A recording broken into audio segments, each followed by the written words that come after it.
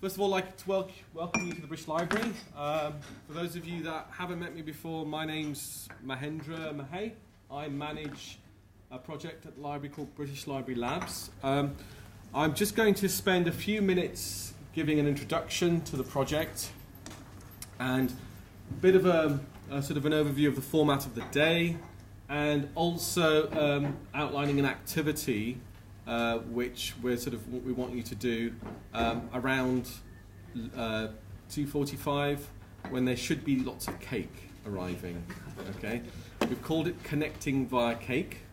Okay, we've put up a sort of a thing on the canvas. The problem we've had is it's quite soft, so if you write on it, it'll probably pierce through and stain the canvas. So on your tables you'll have bits of paper and marker pens, and what we'll want you to do is write your name, your interests, your ideas, and what skills you have to offer.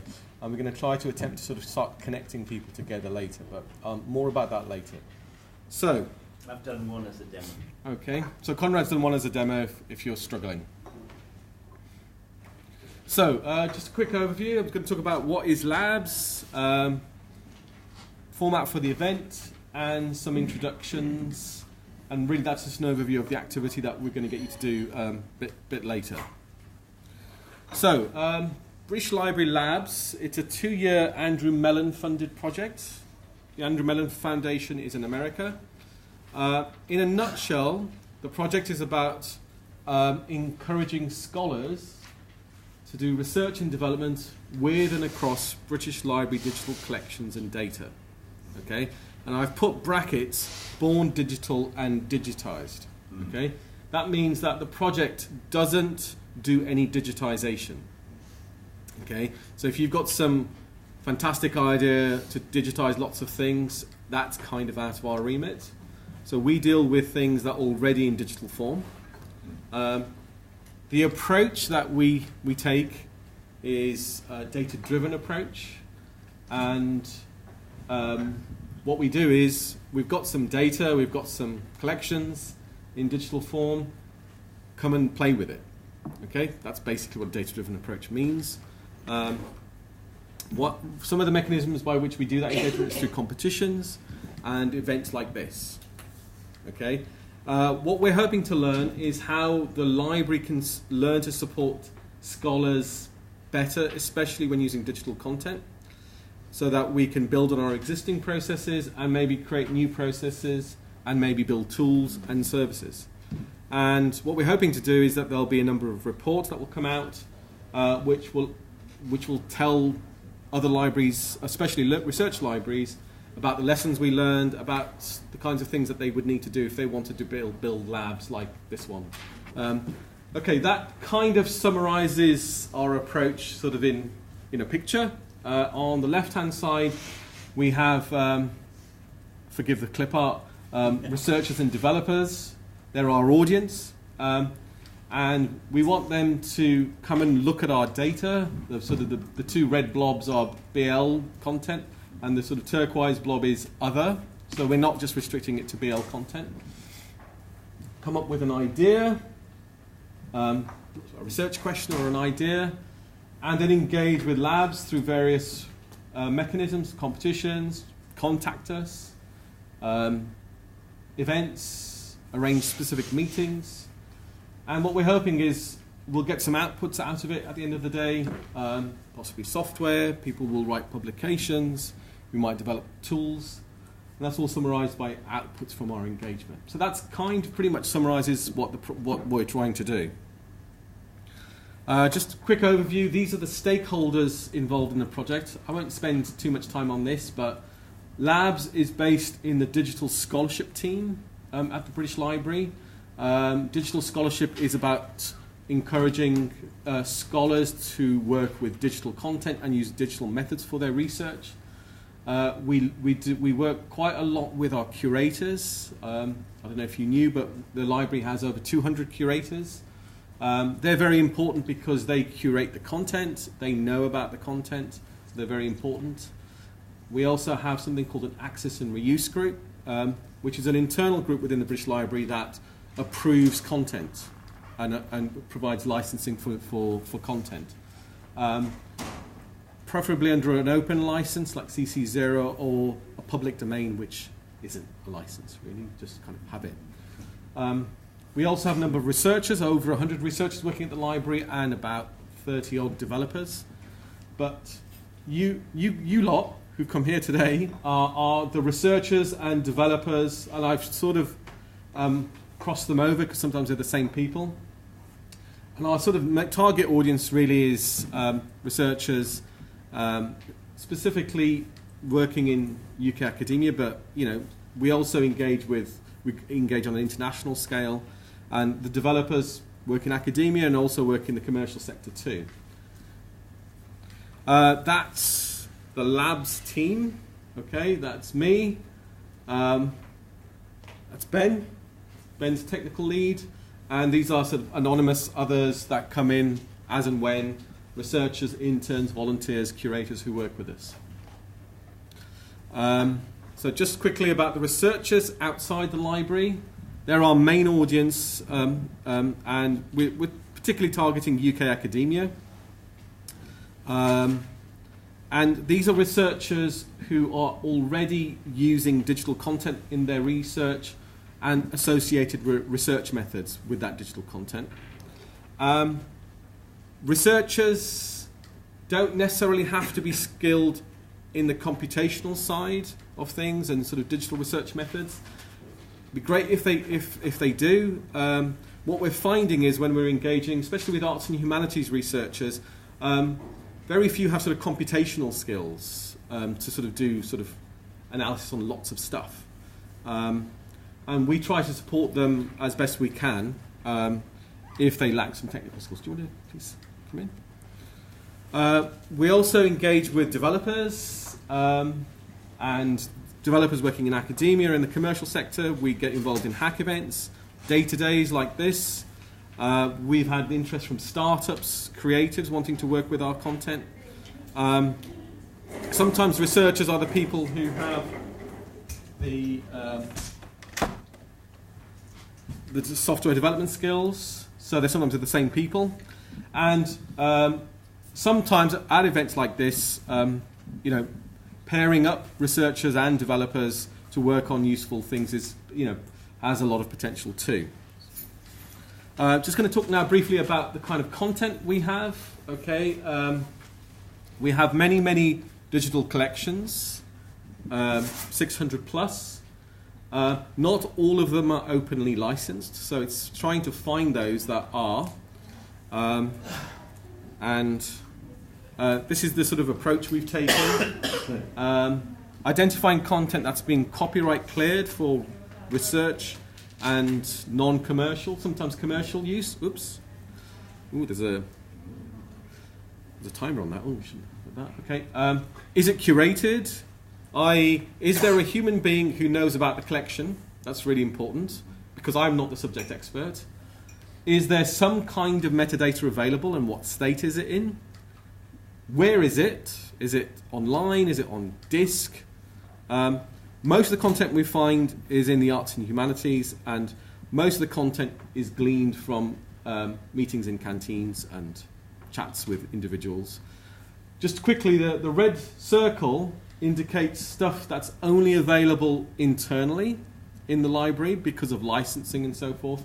And this happy world, hopefully a lot of the content we're going to talk about today is on the outside of the happy world of the cloud and sun.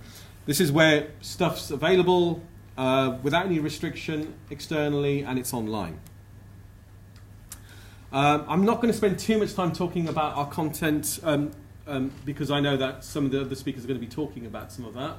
But these are the kinds of things that we have. There's oops, there's a timer on this. So we have different kinds of things, and we've tried to identify the things that we know are sort of fairly open. Environmental sounds of animals making noises and machines making noises. We have the British National Bibliography, so over 3 million catalogue records from the British and Irish National Library catalogues. Something we've kind of called the 19th century books. It's not exactly, that's not exactly right. Ben will talk a little bit about that in his presentation. We also store UK Web Archive data, and we're getting closer to getting to a point where we can text mine some of our electronic journals.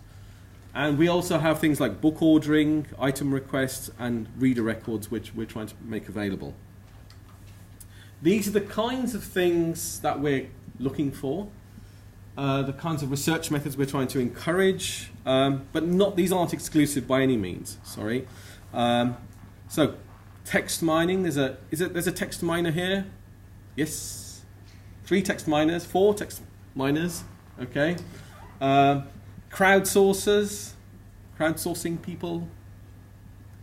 2, 3, 4. Okay.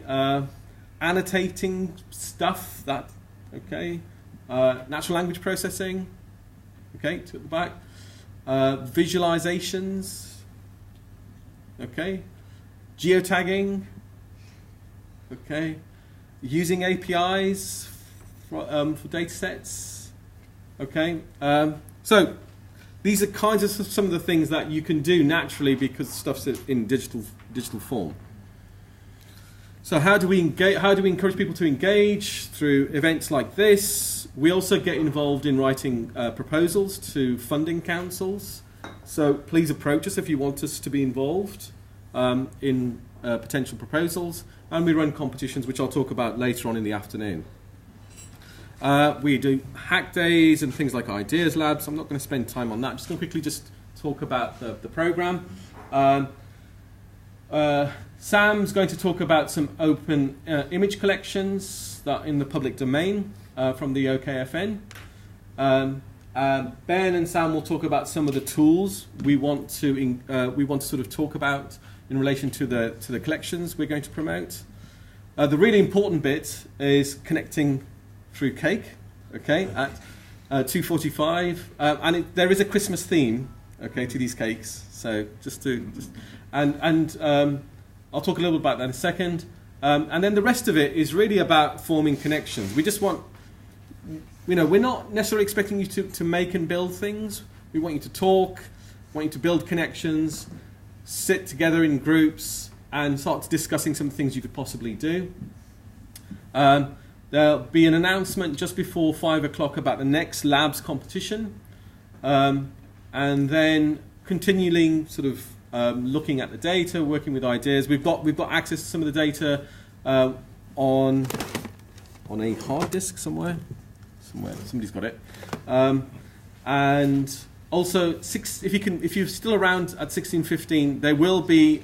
This is to entice you. There will be mulled wine, okay, at 6:15, and there will be some kind of nibbles and things. And what we're hoping to do is to sort of finish off about 7:30, where there'll be a bit of a summary of some of the things we've learned. Just to sort of give you an idea of who's here, this is just a breakdown of all the people that registered for this event. As you can see, mostly researchers. Researchers, stick your hands up. Okay. Okay, developers, put your hands up. Okay. 4 or 5 possibly. Students. Okay. Librarians. Okay, Adam and other. But I mean, that just kind of gives you an idea of the sort of the breakdown. These are some of the ideas that people posted up when they registered.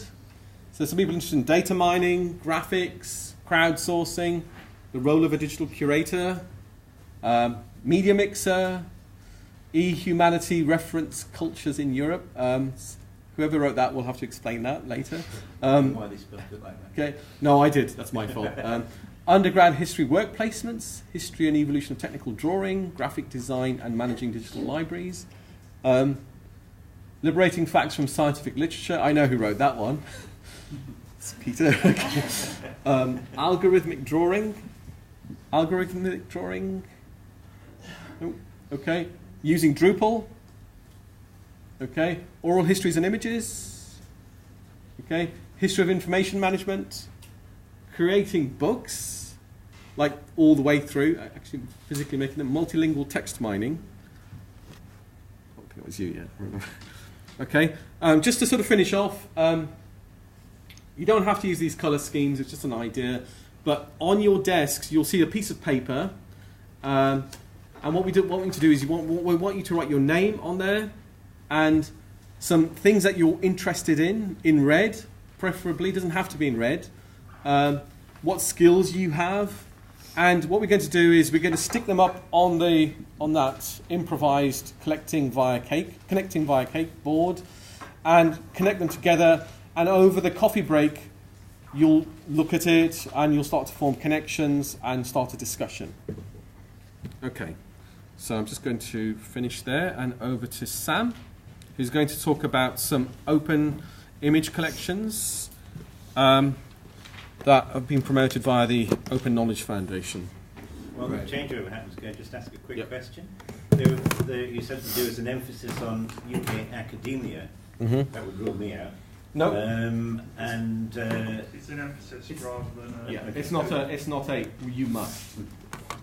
That's when the original project proposal was written, that was kind of the focus, but actually we're open to everyone. So, independent scholars. It's affiliated researchers or unaffiliated researchers. Yeah. Great. Can everyone hear me all right at the back? Is that okay? Sorry, I'm a bit bunged up today, so you'll have to forgive me if I croak my way through this. Anyway, as Mahendra said, I'm going to talk about some image collections. When Mahendra and Ben and I spoke about co-organising this event, it made a lot of sense because I work for the Open Knowledge Foundation. We're about basically empowering people through open data and open content. We believe that open data offers all sorts of benefits for society, including access to our culture for education and research. So I coordinate an initiative called Open Glam, which is basically doing collaborations with this, whereby we work with galleries, libraries, archives and museums to evangelise, encourage them to open up more of their public domain collections, and also build a developer community who's committed to building the sort of open source tools for connecting and contextualising the resources that are being made available through these great gatekeepers such as the British Library. So just to be clear, because I think there's always a little bit of ambiguity on this, when we at the Open Knowledge Foundation refer to something being open, we say so it's open definition compliant, and so this is really content or data that is free to be used and reused without technical or legal restriction. So, for instance, applying a Creative Commons attribution license and making sure that your data is available through a well-documented API or a piece of content would enable people to access it without technical and legal restriction. Things like Creative Commons non-commercial licenses are generally not considered to be open definition compliant. So one of the things that I do as part of the Open Glam initiative, in order to support this developer community, is collect together alongside my colleagues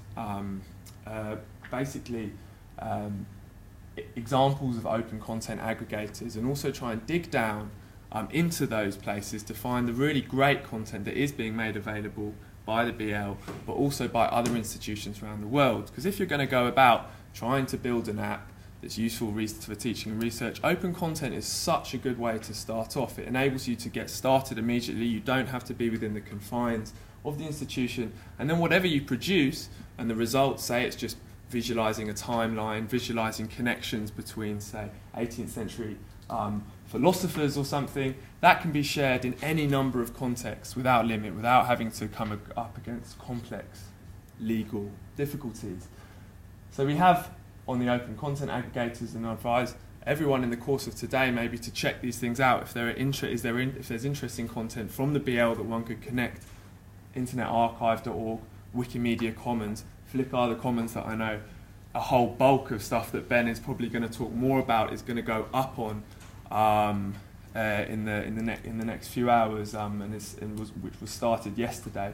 So that's a great sort of image repository for public domain images. On top of this, we have the Dutch initiative called Open Images, the Biodiversity Heritage Library, Europeana, of course, Europe's digital library, and the Medical Heritage Library. I'll make all these slides available for everyone, but these are really great places to get started in terms of finding interesting images to work with that could be the fodder for your time mapping app, it could for your image annotation tool, or just for a great sort of research blog you want to run. So of course, open content providers, it's really great that British Library Labs is happening, and not rarely a month goes by without me being contacted by someone from here saying, hey, we've just released a new set of images, and there clearly seems at the BL to be a real commitment to increasingly open up their collections and really stimulate developer interest in them. The Rijksmuseum is doing incredible things. They're making almost all their public domain holdings also freely available online in the highest resolution possible. The Getty, in the last few months, has started its open content program and has such an incredible. I think it currently has 10,000 very, very high quality digital images from all sorts of domains and disciplines, and I'll definitely go and check that out to see if there's anything that relates to the field in which you're interested in. The Walters Art Museum, pretty much all of their public domain holdings are available in high resolution on the internet, and the Los Angeles County Museum of Art. The list goes on, but these are great places to start to find open content and images. And digging a little deeper, this is sort of a favourite image from one of the Getty's collections from around 1870. We also have sort of various depictions of the decapitation of John Paul the Baptist, if people were interested in sort of thematic associations of, and these are all from the Rijksmuseum that you could find through tags and do kind of thematic content. These are beautiful sort of maps that I've pulled from the sort of 16th century Ottoman admiral Piri Reis from the Walters Art Museum. There's a vast ways of these. I wonder if there's anything that could be done with interesting sort of geo-tagging these locations or finding interesting ways to map these on. I mean, this particular bit is, they were incredibly accurate, in fact, these maps. They were the map of the River Nile estuary.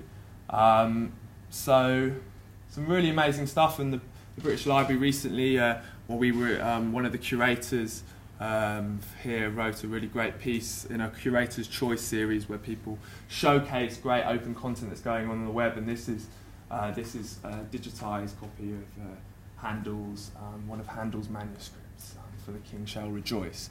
And there's a whole swathe now of open content which basically from this collection, which is for any musicologists out here that might want to think about interesting musicology annotation.